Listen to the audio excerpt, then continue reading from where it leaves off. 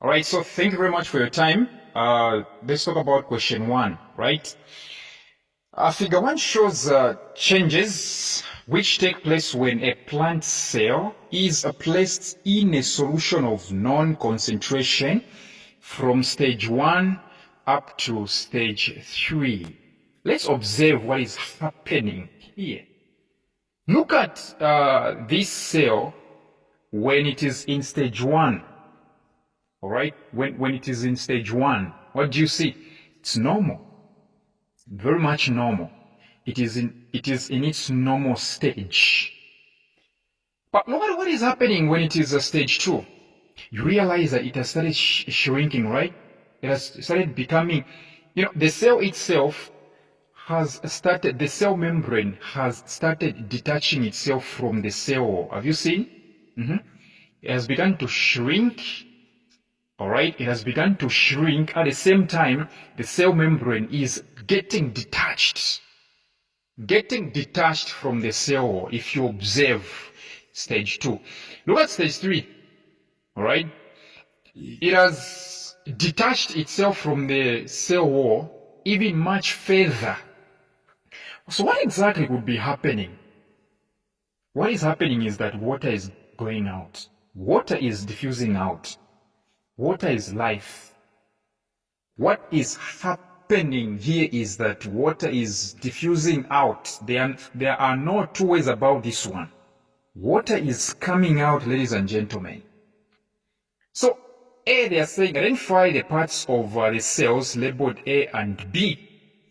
A, check very well, that's cytoplasm. B is vacuole. That's it. A, cytoplasm. B, vacuole. B1, they're saying, using the changes shown in figure 1, explain what could have been the concentration of the solution in which the cell was placed compared to the cell sap. Using the changes shown in figure 1, explain what could have been the concentration of the solution in which the cell was placed compared to the cell sap. Let me explain what they mean here. They mean, a plant cell has got vacuole, and inside of it, each and every vacuole, there is cell sap. Cell sap is simply, a solution. We have nutrients there such as glucose, salt, everything. Solution. In fact, a plant cell having a vacuole, inside of it there is a solution. That's where plant cells keep their solutions. They keep their solutions inside of a vacuole. So now, in short, this question they're asking something like, so how come the cell is shrinking? How come the cell membrane is detaching itself from the cell wall? What exactly is happening?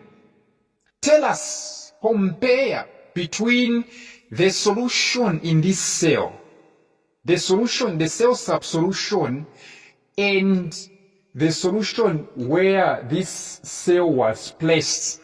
Remember, for this cell to have its cell membrane detaching from the cell wall like this, losing water like this, it simply means to say it was placed in a solution, a different solution, which caused all these things to happen.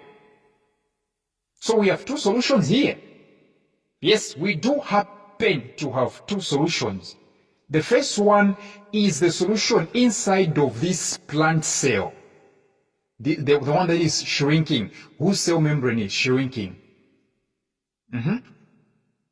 That solution which is found in the vacuole by the name of cell sap. All right? And now another one is found outside. Another one is found outside. There is another solution outside which is causing all these things to happen. So they are saying, using the changes shown, explain what could have been the concentration of the solution in which. So, in short, why is it that the cell here is losing water to the outside. What exactly is the concentration of the cell outside? Sorry, the solution outside. The solution outside, what exactly is the concentration? So you tell them to say, the concentration of the solution outside is higher than the concentration. So the concentration of the solution which is outside is higher than the concentration of the solution inside of this cell. That's the comparison. Yes, that is exactly the comparison. The concentration of the solution which is outside is higher or more concentrated than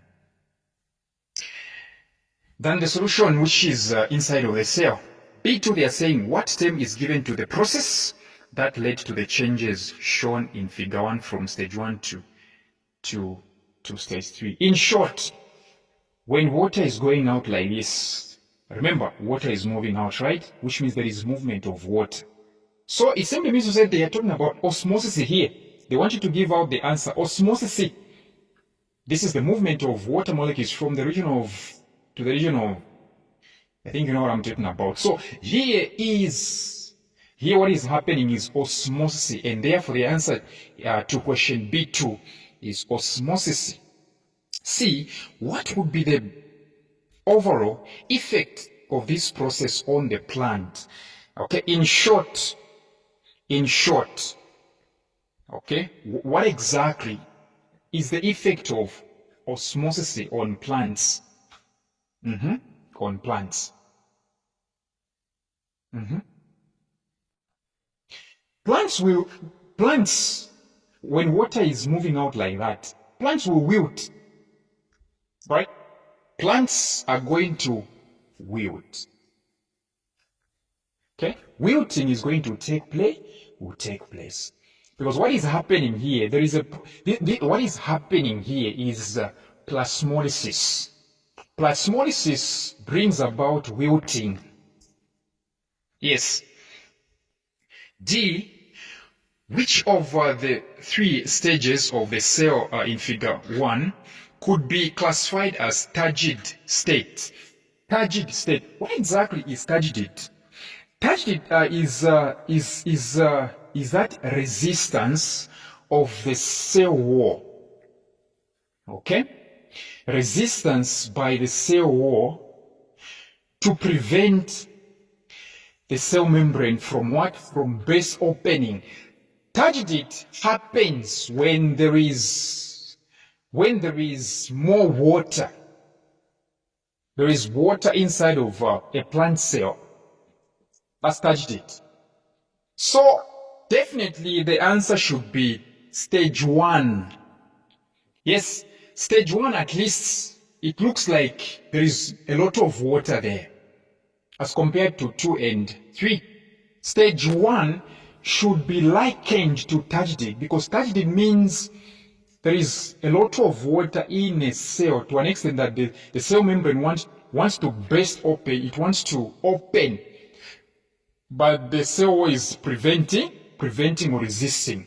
So the answer is definitely stage 1. E, the last question. Name 2 other processes which can make substances to move into and out of the cell. There are so many. But we are talking about transport in plants, right? So diffusion and what? And active transport. Diffusion and active transport. So thank you very much for your time, and do come for my WhatsApp tuitions.